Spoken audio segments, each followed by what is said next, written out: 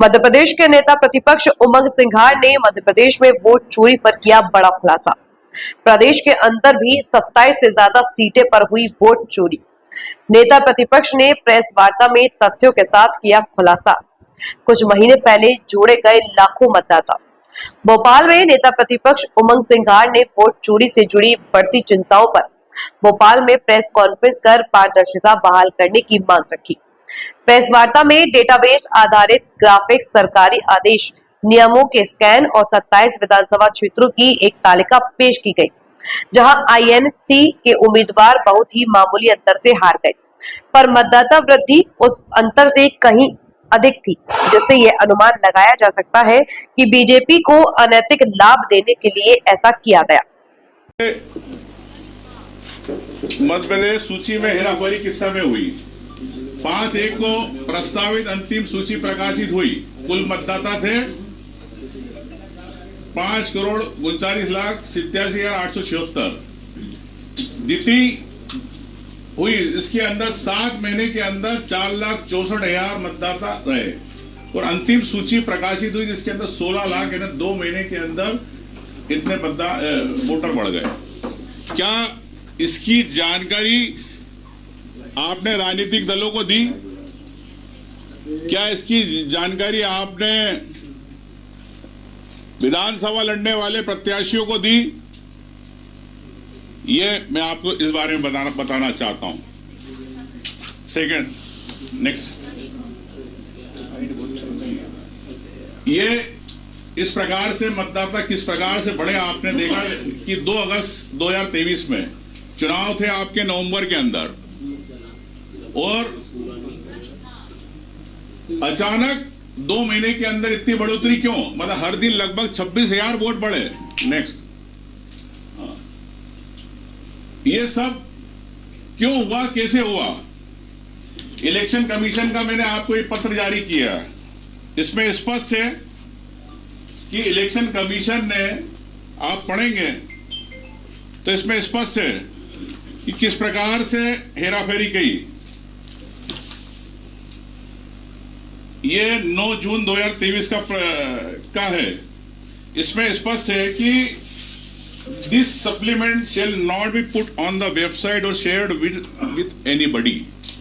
इसके ऊपर ए वाले इसमें लिखा है कि ऑल द एप्लीकेशन फॉर्म 678 1/1/2023 और 1/4/2023 the qualifying date received up to 30 June and advance application with respect 1 July as the qualifying date shall be dispose and update the ER database is being done under the continuous updation. मतलब जो दावे आपत्ति होती है 6 के अंदर होता है कि कैसे नए वोटर को जोड़ना, कैसे साथ में आपका मृत और डुप्लीकेट वोट हटाना। तो आपने देखा कि इलेक्शन कमीशन ने 9 जून 2023 को ये छत्तीसगढ़, मध्य प्रदेश, मिजोरम, राजस्थान और तेलंगाना के लिए लेटर निकला है। ये उसमें पूरा स्पष्ट है, मैं आपको इसकी कॉपी भी अवेलेबल कराऊंगा। तो आपने 1 जुलाई तक तो आपने पूरी अपडेट कर दी, 30 जून तक।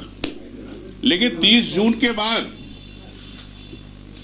के बाद आपने क्या करा कि जो सूची थी सप्लीमेंट्री जिसके अंदर वोट बढ़ाए गए, वो सूची आपने नहीं दी और इलेक्शन कमीशन ने क्लियर लिखा है कि ना इसको वेबसाइट पे डाला जाए ना किसी को दी जाए।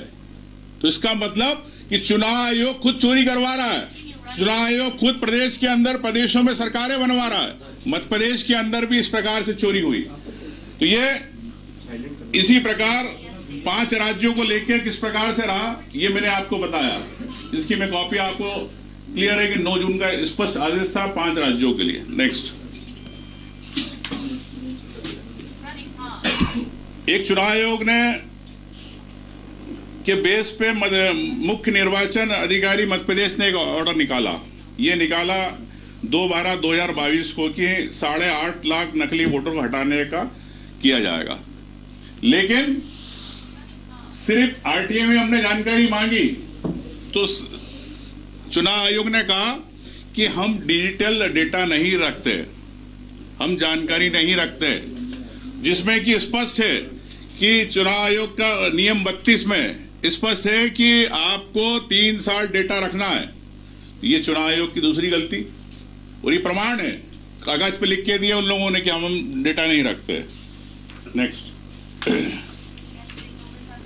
तो ये नियम जो 32 तोड़ा, ये मैंने आपको इस पर इसके अंदर पूरी जानकारी दे दी किस प्रकार से नियम को तोड़ा गया। नेक्स्ट,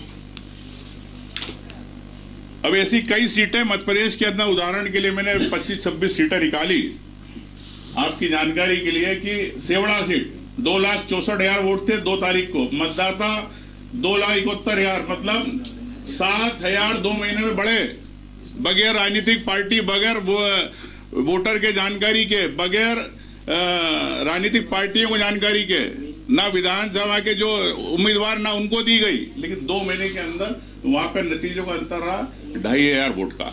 इस प्रकार से ग्वालियर दक्षिण, करेरा, मुंगावली, सुर्खी, छतरपुर, गुनौर, चित्रकूट, योनतर, मऊगंज, गोड़, थ्योनी, ये पूरी सीटें हैं जिसके अंदर आप देख सकते हैं नतीजे रहे 5,000, 6,000। यहाँ 6,000 से अगर नतीजों का अंतर रहा तो 16,000 वोट बढ़े। तो ये अगर यहाँ पे 5,000 का अंतर रहा तो 11,000 वोट बढ़े। ये मैं आपको दूंगा पूरी कॉपी आपको। तो नेक्स्ट, ये सब सीटों की आपको मैं जानकारी दे रहा हूं कि किस प्रकार से चुनाव आयोग ने जो वोट बढ़ाए किसी को जानकारी दी नहीं। नेक्स्ट, अब आप जानते हो कि अभी कल परसों प्रेस कॉन्फ्रेंस हुई, और प्रेस कॉन्फ्रेंस के अंदर स्पष्ट रूप से ज्ञानेश कुमार जी ऐसा लग रहे थे कि भारतीय जनता पार्टी के एजेंट है कमिश्नर। जिस प्रकार से बोल रहे थे कि सीसीटीवी की हम जानकारी नहीं दे सकते, पोलिंग पे जानकारी, भाई जो पब्लिक डोमेन पे है, आप वोटिंग करा रहे हो उसको आप क्यों नहीं दे सकते?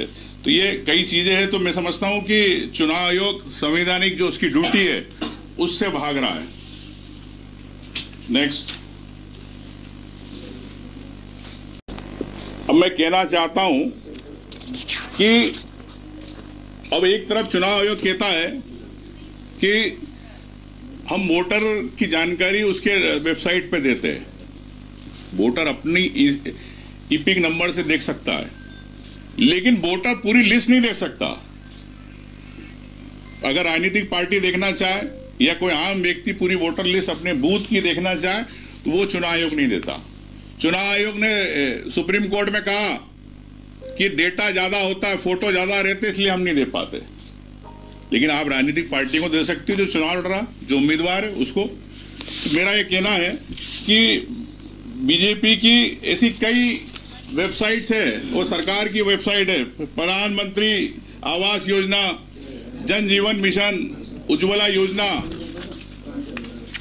इन सब वेबसाइट पे आप डेटा डालते हो विद फोटो के साथ, तो वो वेबसाइट आपकी हैंग नहीं होती है। आप चुनाव आयोग के लिए जब आम जनता वोट डालना चाहती है तो उसको विद फोटो आप देना नहीं चाहते हो, तो आप आपकी ब्रांडिंग के लिए जितनी की योजना है उन वेबसाइटों पे आप डल जाते हैं फोटो, लेकिन चुनाव आयोग वोटर लिस्ट नहीं देना चाहती। तो ये आपने कई बार देखा कि अभी किस प्रकार से बंद की जा रही है वेबसाइट है। दूसरी बात,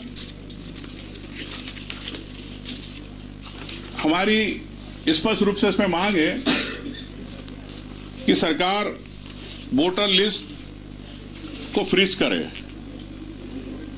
कि जब आपने दावे आपत्ति का दिन आखिरी दिन होता है, जब उसके बाद जो फाइनल सूची बनती है पार्टियों को दिखा के, राजनीतिक पार्टियों को, उम्मीदवारों को दिखा के, उसके बाद आप उसको फ्रीज करना चाहिए। आप आखिरी 24 घंटे तक जब वोट डलने वाले रहते, जब तक आप उसके अंदर नाम जोड़ते रहते हो, जब कैंडिडेट के पास आती है, उम्मीदवार के पास आती है, पोलिंग एजेंट को जब देते हैं तो उसकी वोटर लिस्ट अलग होती है, और जो आपने 6 महीने पहले निकाली वो वोटर लिस्ट अलग होती है। कई नाम डिलीट होते हैं, तो वहां पे पीठासीन अधिकारी कहता है चुनाव वाला कि भैया ये नाम नहीं, वोट नहीं डाल सकता। तो मैं आपसे कह सकता हूं कि किस प्रकार से भारतीय जनता पार्टी ने लोकतंत्र की हत्या की प्रयास किया। रीडेबल फॉर्मेट आपको देना नहीं चाहती, एकदम आप डिजिटल इंडिया की बात करते हैं, लेकिन रीडेबल फॉर्मेट आप क्यों नहीं देना चाहते हो? तो इस प्रकार से भारतीय जनता पार्टी ने प्रदेश में किस प्रकार से यहाँ सरकार बनाई, और मैं कह सकता हूं कि ये सरकार, मध्य प्रदेश की सरकार सिर्फ और सिर्फ चुनाव आयोग के कारण बनी है, जनता के जनादेश के कारण नहीं बनी। ये मैंने आपको प्रमाण दिए।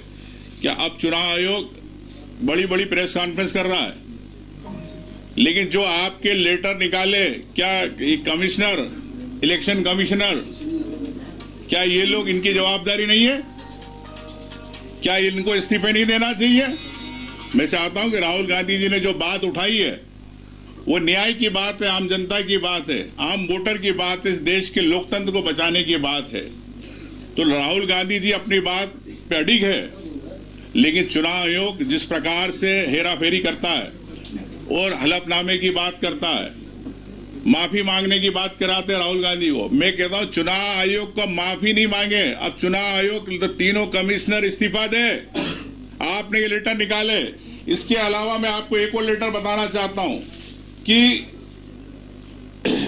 एक लेटर और निकाला इन्होंने, सेम लेटर ये निकला है, ये भी 9 जून का। इसमें लिखा एक्सेप्ट छत्तीसगढ़, मध्य प्रदेश, मिजोरम, राजस्थान, तेलंगाना, इनको छोड़ के सेम यही भाषा, यही चीज कि किसी को नहीं दी जाए, ना वेबसाइट पे डाली जाए, ये भी चुनाव आयोग ने निकाली है। तो चुनाव आयोग के ये कागज, ये प्रमाण क्या गलत है? इससे स्पष्ट होता है कि आप खुद ही चोरी करवा रहे हैं वोटों की, आप खुद ही वोट बढ़वा रहे हैं, लेकिन आप देना नहीं चाहते। यही मैं आपसे कहना चाहता हूं कि इस पे भारतीय जनता पार्टी को तत्काल एक्शन लेना चाहिए और चुनाव आयोग को अपने राहुल गांधी जी से अब माफी मांगना चाहिए।